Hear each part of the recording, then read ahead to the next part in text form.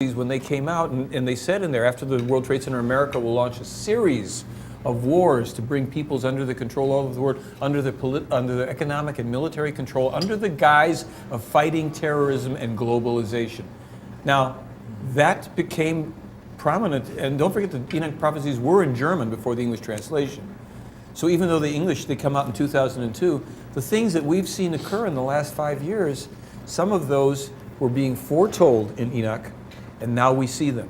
And now we're at this brink where they are saying to us, unless the U.S. withdraws from Iraq, go read the Enoch prophecies, it's all there. This is what happens to your country. This is how it happens, and this is who does it. And this is why. So, you know, I mean, to be really honest, we're having a sumptuous experience here due to your generosity and grace. And we're talking about, to me, the most important thing also on this palette of thought and of purpose in life. I mean, what is the purpose of life? What are we here for? We have an opportunity to question and to think and to poke a bit into reality, and there's help.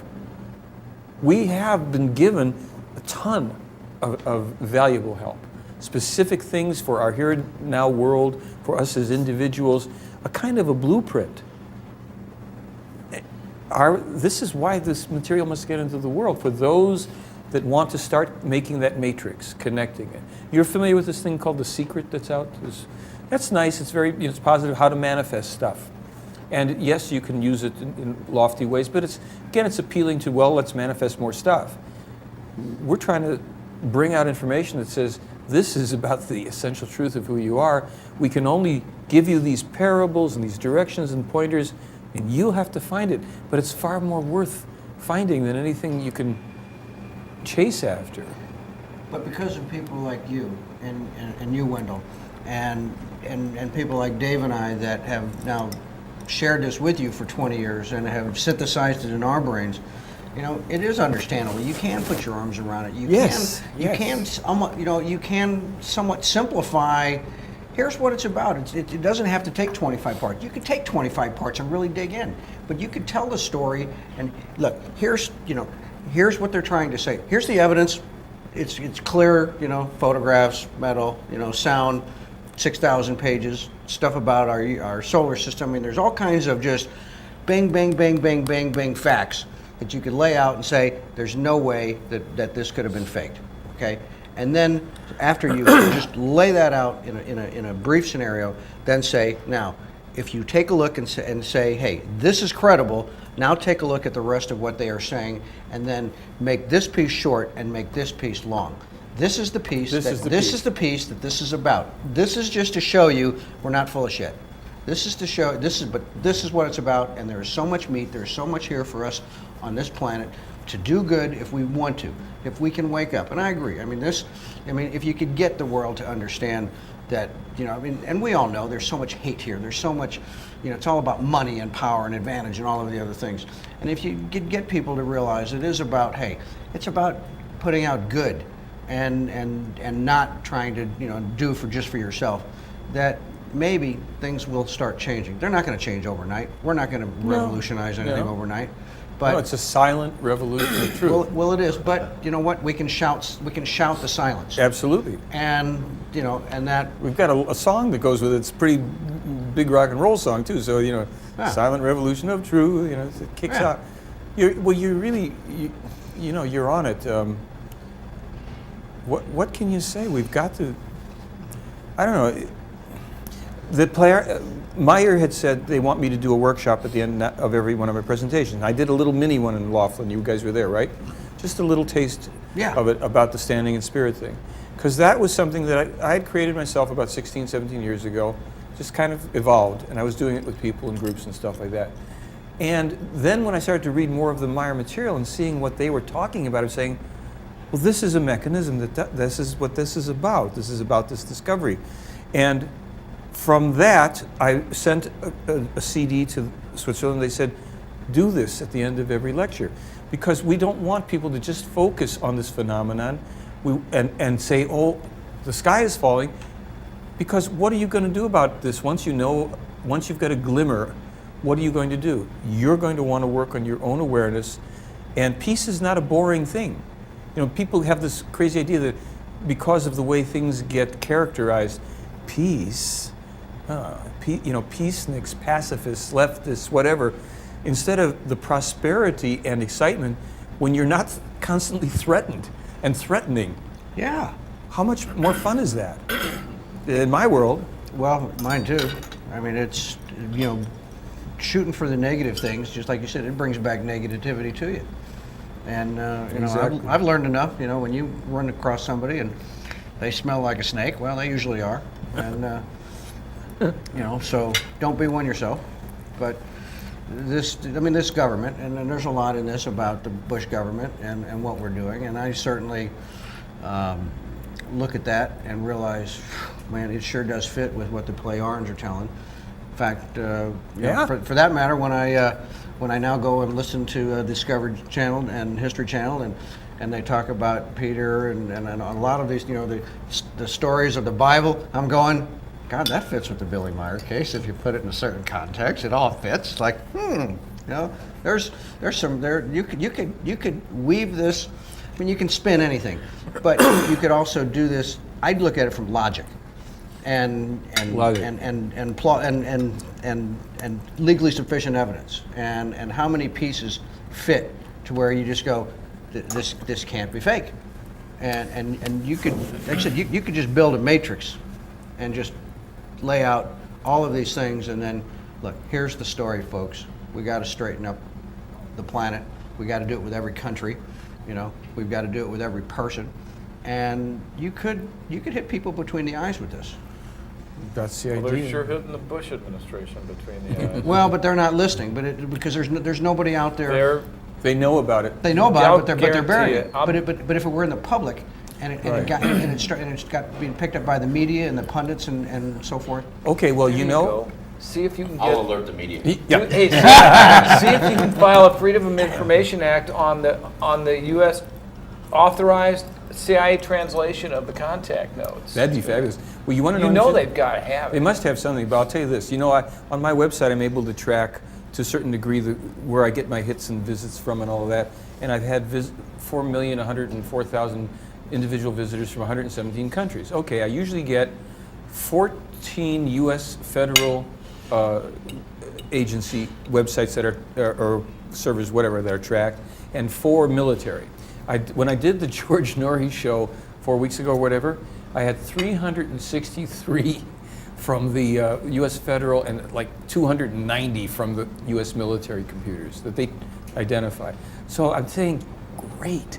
Maybe in the intelligence community, there's some intelligent people.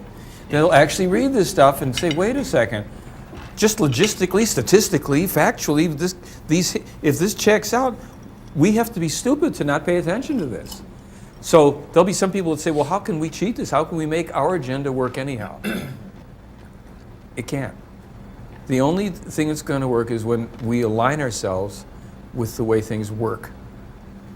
And we either do it willingly or we're going to have to go kicking and screaming collectively, which won't be pretty. Fellas, I'm not going to last here much longer. Yeah. I've got much to digest in my head and about 25 pounds of food in my stomach. So I've been up since like 5 this morning. So Oh, wow. you're welcome to carry on without me. I think I'm about ready to. Unless you want right up. No. this plate There's here pretty dessert soon. coming though. Oh, no. I tell you what, I'll write you and report to you on what it was. There you I go. will actually clear a space so that I can see it when they bring it up. Put it on your website. Thanks for coming out. Yeah, thanks. It was really great. Appreciate the invitation. You're welcome, George. George, just because I'm a videographer, is there a synopsis you could report about this whole meeting? Yeah, I'm thinking about it. We'll have to kick that around tomorrow. You should probably grab some of this food, Tony. Absolutely. Help yourself, guys. Really. Pleasure to meet you. My pleasure, George. Thank you. Great to see you, Wendell. I'll be in touch, guys. I hope so. Thank you, George. Thank you. Did you bring your card, George? Whew. Did you bring your business card? Yeah. Okay, let's trade them. Eating professionally is not easy. Yeah, we'll get back to this. Get back to. Uh-huh. You're gonna Well, carry let's all on. take a break here. A And, significant amount of data That's right. on the case. Take a little I'd be willing to exercise. lend it to you. I'm really judicious about that too. It's a lot of rare stuff. I'm going to go back and dig up some of the stuff I did before and see if I can make Nibble, as you can tell. we'll get together again for. This was fabulous. Yeah. Absolutely fabulous. It's Yeah. so good and so Hey, well, You guys, this is, He did this. well, I do thank you for coming. yeah, I've never sat at anything like this. I don't think I have I either. will. No, I still need to get a hold of you, get my wife's book back. And That's pretty nice. Well, you know what? I showed up the day after you took Wow, it back into your office. I was just worried it was going to disappear. Well, I appreciate that. It was just that my wife thought my wife was, and I was gonna, but I'll walk you out here just briefly. Good to see you. See you later. Thank you, guys. bye, George. I'll be back in a minute. Gents, after Oh, dessert, hey, look, I say we understand. Look, wrap you're a it up, hard-working huh? man. and Well, you're if you right. insist. Look, I start folding pretty Yes, early. ma'am, thank you. This one's just, I've been planning for this. So, Bizarre. yeah, I mean, it's, you Well, know, Dave wants some they food, love helps the out, huh? opportunity to not just talk This to about me, it, but I to come mean, meet you and talk about it. This That is was, the big question. I mean, One of these days we'll have a we have the opportunity through you and your brothers did Oh, great I love things, it. to be here with George and you and this crew and to talk about Yeah, I mean, just what I even think if- is the even most not- important even if story in it's just human for history. fun, man. That may be a bit, since, you know, human history goes thousands and thousands of years back, and maybe other civilizations. Why don't we just say in 3,000 years? Well, you can put it any way you want. If it's true, It's the it most covers- important story today. Absolutely. I would Okay. agree with that. All right, I'll go there. Yes, and we can try to tell the story more. That was my goal. Look, he talks about a birthday. My idea is that the proliferation of this case, and particularly the religious part of the case, will have an impact into planting the seeds to change the world. My idea is if the world could unlearn its devotion to faith, which is nothing more than adherence, blind adherence to an unverifiable belief system. Yep, absolutely. Exactly what it is. If we can help the world unlearn faith, Escape from dogma. all right? And I believe that is going to take, if we do it right, 3 or 4 generations. All right? Because now we have the internet, we have this case, all right? Unfortunately, without those scrolls, Michael, I'm telling you, those scrolls were critical because the religious scholars will not pay attention to the Talmud without those scrolls. But nevertheless, we'll take what we have. And in the body of the case, there is enough legally provable evidence, if you would, all right? Legally valid evidence. Legally sufficient, I think is the term, right? All right?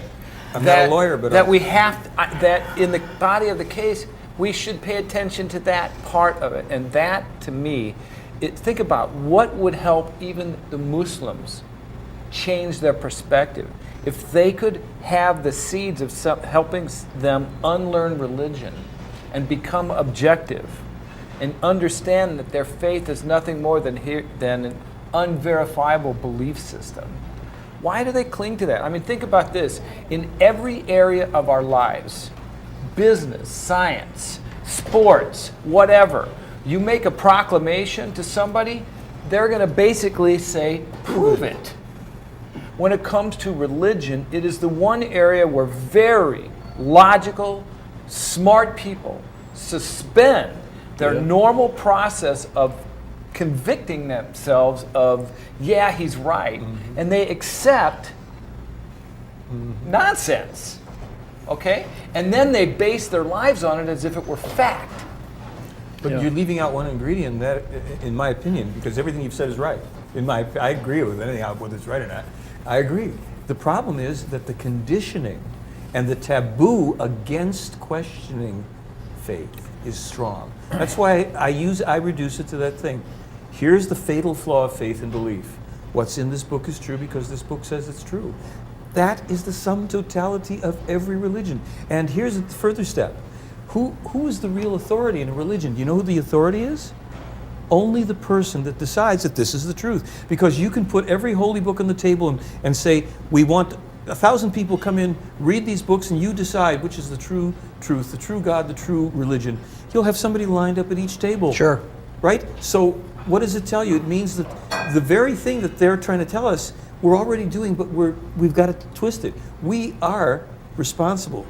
We're the authority. So when we say, well, this is the true religion, we've made that choice. Now you challenge somebody, you say, demonstrate to me how that's true, but that isn't how once the mind is religiously conditioned, there is your challenge, because it doesn't make the leap into logic. It fights against logic. I understand how it goes. Yeah, from- you guys must know better than I do. did that. I understand how you go from that blind adherence. The ionosphere. Industrial gases are what's doing it. Heavier gases that rise slowly, pick up one ion and descending. It takes 10 years for them to rise to the ionospheric level. She's explaining all of this to Billy, who, she's not a scientist, he has a 6th grade education. And she's explaining that the deterioration is on an ever-increasing scale, and they project for the next 10 years where the gases will continue. If we stopped everything at that moment, the gas would rise for another 10 years. She said the degradation will approach 10%, and she said that's serious.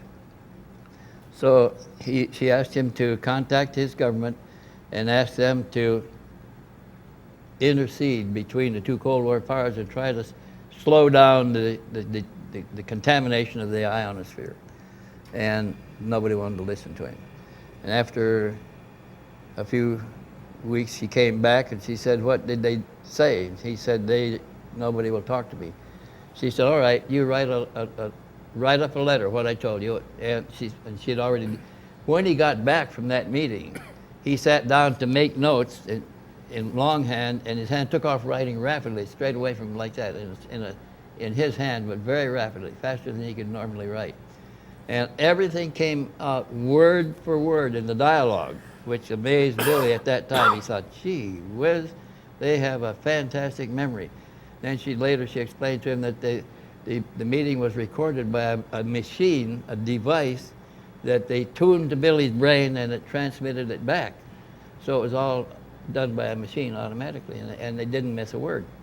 So she comes back and she said, she asked him to send the communications, which he did, and nobody responded. And she asked him to do it again and send them to all the consulates and embassies in Switzerland. There were 51, I think. And they made up a whole bunch of letters and had them hand delivered, and only one country responded, and that was East Germany. So nobody is asking him what do they want or anything like that. So she says, "What kind of response do you get?" He says, "Absolutely none." He says, "Why don't you do it yourself?" And she said, "We have tried." She said, "We contacted one of the presidents. You know, Switzerland has 5 elected presidents, and they rule as a presidential council, and the chairmanship rotates every 3 months." She said, "We contacted one of the presidents. He was so upset about it, he didn't tell his family, he didn't tell his wife, didn't tell his kids, didn't tell his colleagues, and he's terrified. He's not going to do anything." So she said, "We were hoping that you could get their attention. Somebody has to do this." And he said, and then they sent him to all the consuls and the embassies. Did he ask why me? At any Yeah, point? she did. He said, "Why me?" And she said, "That's why, because they will analyze the pictures and want to know, since they can't successfully dispute them, they will want to know who they are and what they want." And she said, "Then you tell them. And be sure and tell them about the degradation of the ionosphere." But So, I mean, why he was chosen, you know? 6th grade education, one-armed guy. He was chosen because she explained to him at the time, which he didn't really accept either. She said, "You have been a prophet in the past. You have historical references in your Old Testament of your biblical works. You experienced incarnations as prophets over time." And she said, "You are the modern day prophet. And we want you to be sure and get this information out because it's a serious matter." And then she explained that you think that your earth is your earth, but it's our earth too. We have been here as long as you have, and we have colonized this planet several times over after cataclysmic destructions where the humanity loses all of its technology and all of its communications. Everything breaks down. They're reduced to savage hand-to-mouth living. The Pleiadians have come back with a delegation again and recolonized the planet. And the last time she said this was done was 60,000 years ago under a Pleiadian leader called Aarhus, Aahrus. And she said that he came with 200 sub-gods, and they set up little fiefdoms all over the world and tried to raise primitive Earth humanity a notch back towards civilization again. And she explained that he was one of those sub-gods, and they had strict rules about mixing with earth women, but he took women into his household and bound himself in earth evolution as a result of it. So the other prophets all came down from that time. All the old biblical prophets are within that 60,000 year period. There's other lifetimes before that where he had enjoyed similar relations, but he's a spirit akin to theirs, of their spirit nature. I have a question for you. When did Lee finally start going over there with you, Lee Elders? About the third time I went over there, Lee and Tom were sweeping a bank system in London. They were doing debugging of computers and telephone systems, and they were doing a bank in London. And that third time, I got persuaded Billy to take me around to all of the photo sites so we could see what was there, and he agreed to do that. And after the 2 or 3 sites, immediately I knew that there's no way he could fake those. There's no way to suspend a line because the hill slopes down at a steep angle and it's 10 miles across the valleys the other side. There was usually no trees in the immediate vicinity to string any wires to, and he only had one arm to climb the tree and string the wires. And I called Lee and Tom over in England, and I said, you got to come over and see what I'm seeing. And they bought an airline ticket and came over, and the next day we went around to all the sites, and we took Billy, or he took us, but he took the same camera he used to take the pictures, and he reenacted each photo event, step by step, and where he took each of the pictures and how he moved and where he aimed the camera and things like that, so we could fit the pictures back into a pattern. And that was very useful because it was further confirmation that there's no way that he could have faked the pictures. They actually had to be posed.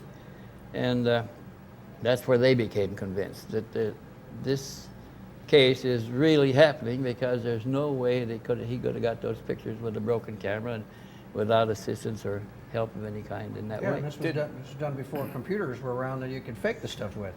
Yeah, but we didn't have that kind of computers Right. then. Did on that first trip with Lee, did the CIA stop you guys on that trip? Yeah, no, it wasn't that trip. They were already there. But after we came back, and I had got more pictures. By now I had 135 of them. And we looked at the pictures, and we're still trying to figure out. We got a lot of questions unanswered, and we decided we're going to have to go back again. And we made that decision in a telephone call between me and Lee living in Phoenix. And we agreed to meet halfway at Picacho Peak. So I drove up from Tucson, he drove down from Phoenix. We met there, and we decided we're going to have to go back again and do some more field work and probably rent laser surveying instruments and measure distances and a whole lot of things so we could further analyze the pictures. And we broke up from that and left, and then Lee had a gap in his business, and I had gotten some more money for something else, and I called him again. He called me and he said, let's meet. We knew where we were going to meet, but we didn't mention at that time, and we met again and set a date that we were going to try to go, and we're going to go by Laker. So after that meeting, and just less than 2 weeks after that, Lee got a letter from England, and blue parchment, beautiful blue parchment with silver lettering on the return address corner of the envelope. The page inside was matching blue parchment with the letterhead in silver on the top, and it was only a 2-paragraph short letter that said, greetings, I understand you're coming to Europe soon. I believe we have interests in common. Call me at this number, and he gave me a telephone number, before you leave. So Lee brought that to the next meeting, and it was signed Mark Nathan, Secretary General of the Knights Templars of Malta. Well, I didn't know who the Knights Templars were or anything else, but it looked like expensive stationery and a nice signature, Mark Nathan and all that. We looked at it, we decided we don't need any help. Screw him, we're not going to call the number. So 10 days later, we got another letter, said you did not respond to our last communication. Please call me at this number, and the same number again, when you get to London. This time, the letter was on white parchment with gold stamping on the envelope and gold letterhead on the paper. And it was signed Mark Nathan, Secretary, whatever it is, of the House of Commons. And it was on House of Commons stationery. So we thought, gee whiz, this guy gets around, whoever he is, but we're not going to call him because we don't need any interference. So we bought our tickets at Laker and waited for it to go, and we left on an unscheduled departure and arrived at Heathrow Airport at an unscheduled time, and we got off the airplane, took our bags and walked to the subway station to catch it down to Victoria Station, downtown London. The train left every 5 minutes, because we could have been on any train. When we got into Victoria Station, went up the stairs to the starter platform at the railroad station there, and we see the line of black taxis out the door on the side. We know it, we're supposed to take the front taxi, and we're standing there trying to decide whether we'll have a sandwich or something before we get in the taxi or go on the taxi and do it later. When a big black guy, big guy, came up, tapped him on the shoulder. "You're Mr. Elders?" He said, "Yes." He said, "I've got your taxi. Come with me." We said, "What about the taxis out there?" He said, "I've got your taxi. Come with me." And he took us around the end of the taxis and around the corner out of sight of the other cabbies in the line there, put us in the same kind of a London taxi, big black limousine taxi, locked us in, and then we drove around town. I started to tell him we were going to stay with a gunnery sergeant down in Kensington. He says, "I know where you're going." And he drove around and got us completely lost. Then he pulled up in front of a hotel on the south side of Hyde Park. It's the Grosvenor House Hotel. He said, "This is an interesting place. Movie stars live here." And he parked the taxi on the only striped spot for a taxi in front of that whole hotel, and got out, took us out, then locked the cab and left it there and took us inside. And he took us up the elevator to the 5th floor and down a corridor on the left of about 4 doors or 5 doors, made a secret knock on the door, tick, tick, tick, tick, tick, tick. The door opened and a round face with round glasses looked out, and they said something, and the door went all the way open. He motioned for us to go in. It was a very small kitchenette arrangement with just a refrigerator and a hot plate and a sink, and the door on the other end. And the same man went and opened that, said something to somebody inside, motioned for us to go in, and it was a big living room with a 4-cushion sofa on one side, facing a huge full-wall picture window like that. And there was a love seat over here on this side, a coffee table in front of that, a coffee table in front of mine. And he was sitting over in the corner, standing in front of a big, fat, black, overstuffed chair, leather chair, with a table on each side of the arms. And he said, "I'm Mark Nathan." And we said, "Oh, nice to meet you." He said, Thanks for the "Well," ride. he said, I'd like to ask you a couple of questions. Do you mind?" And we all started sitting down, and just as he sat down, the white telephone on one side rang. Ring, ring, ring, ring, ring, ring, ring, ring, ring. And I looked at Lee, and he looked at me. We'd heard that ring in Billy's house. And Lee had already explained to me that no telephone can ring 10 rings because there's only 6 cams on the lobe, or 6 lobes on the cam. So you can only get 6 longs or shorts in any combination, no 10 rings. And that was a signal to Billy when he didn't recognize whether he was thinking something up or whether they was being transmitted. The phone would ring 10 times and he would know it was them transmitting until he got accustomed to recognizing the reception, physically. So anyway, we look at each other, and Mark Nathan is over there by his chair saying, "Hello, hello, hello, hello." And he says, "I wonder who could call this line." And he said, "I'll call the operator." So he called the operator. He says, "Did you ring?" She said, "No." He said, "Could anybody call in this room without going through your switchboard?" She says, "Not in this hotel." He said, "Well, my phone rang. How do you account for that?" She didn't know how. And he's puzzling over that when he puts the phone back down, and he starts to talk again. The red phone on the other side rang. 10 short rings. Ring, ring, ring, ring, ring, ring, ring. And Lee and I looked at each other again, and same thing, nobody on the line. And he says, "This is a discrete line. This line is supervised all the time. It's a hotline." He said, "There's an operator on it all the time." And he punched the button and says, "Did you call?" She said, "No." He said, could anybody call this room from anywhere else? She says, of course not. And he put that down and he's shaking his head. And Lee said, you know, did you notice that was a strange ring? He says, it was a strange ring. Lee says, that was 10 shorts. He said, that's the Palladium's signal to Billy Meier that to confirm what he's thinking is a telepathic transmission. And then he got real excited about it. So he asked us if we would look for certain things in the household. Said they tried to penetrate it for 2 years, couldn't get anybody inside because they were all close friends and they weren't able to put. What a great place to host this event. It is. It's a fantastic place.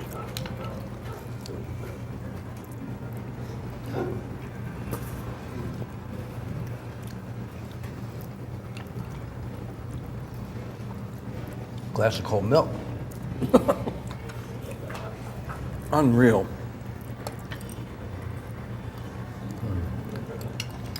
I may eat again on Sunday. Yeah. I hear Well, I didn't eat since that sandwich I had with you for lunch yesterday, preparing for this. Whoa. Fantastic.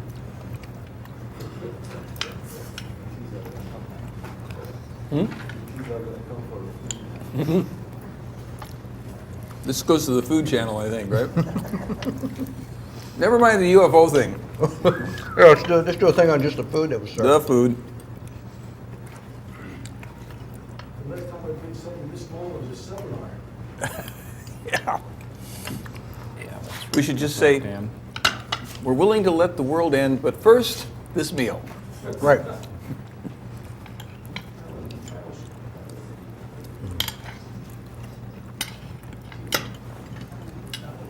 Maybe. Okay. It's coming up on 10:30. Let's get this thing going.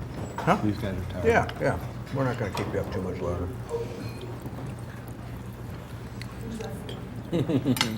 What time are? I don't recall. What time are your guys' flights? 8:30 or something in the morning? Here's my 8:20. 8:20 for you or 8:30? Can you guys just take a cab? You're 3 miles from the airport. Sure. Sure. It's on the same road too. Just Thank you. How much time should we allow for the whole process What day- here? Tomorrow's Friday. Friday. Friday's a busy day going out, right? Thank you. Yeah. But it's a morning, so Yeah. You know what? You're right. probably an hour. Yeah. An hour would be fine. You sure? Yeah. You'll be in the airport. So if you're in the cab at 70 minutes before your flight, you'll be fine. Okay. Yeah, because you're not checking now. You want to check, so you might want to give yourself a few extra minutes. But Yeah, if can you're they check at checking- the curb? Can they check at the curb? Yeah, as long as it's dropped, yes. Okay.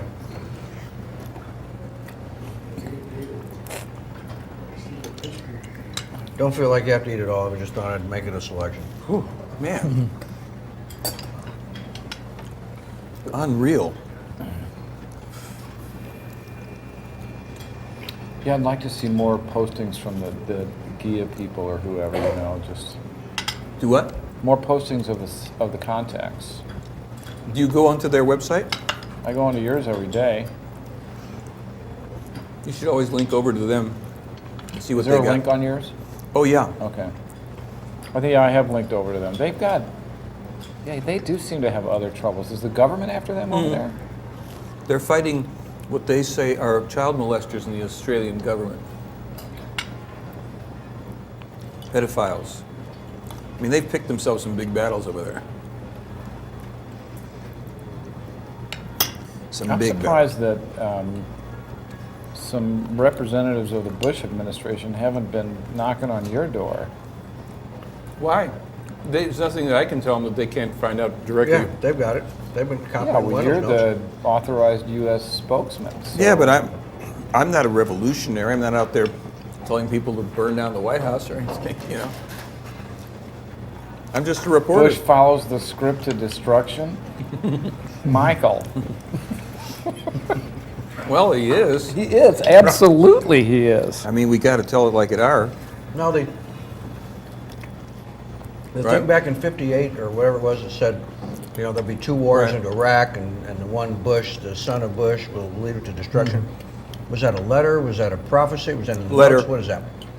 The letter, 160 separate predictions sent to 25 European nations. It included the, that one's right on my website too. It included the Russian moon landings, the fake US landing, and then the fact that we would have other ones that were real.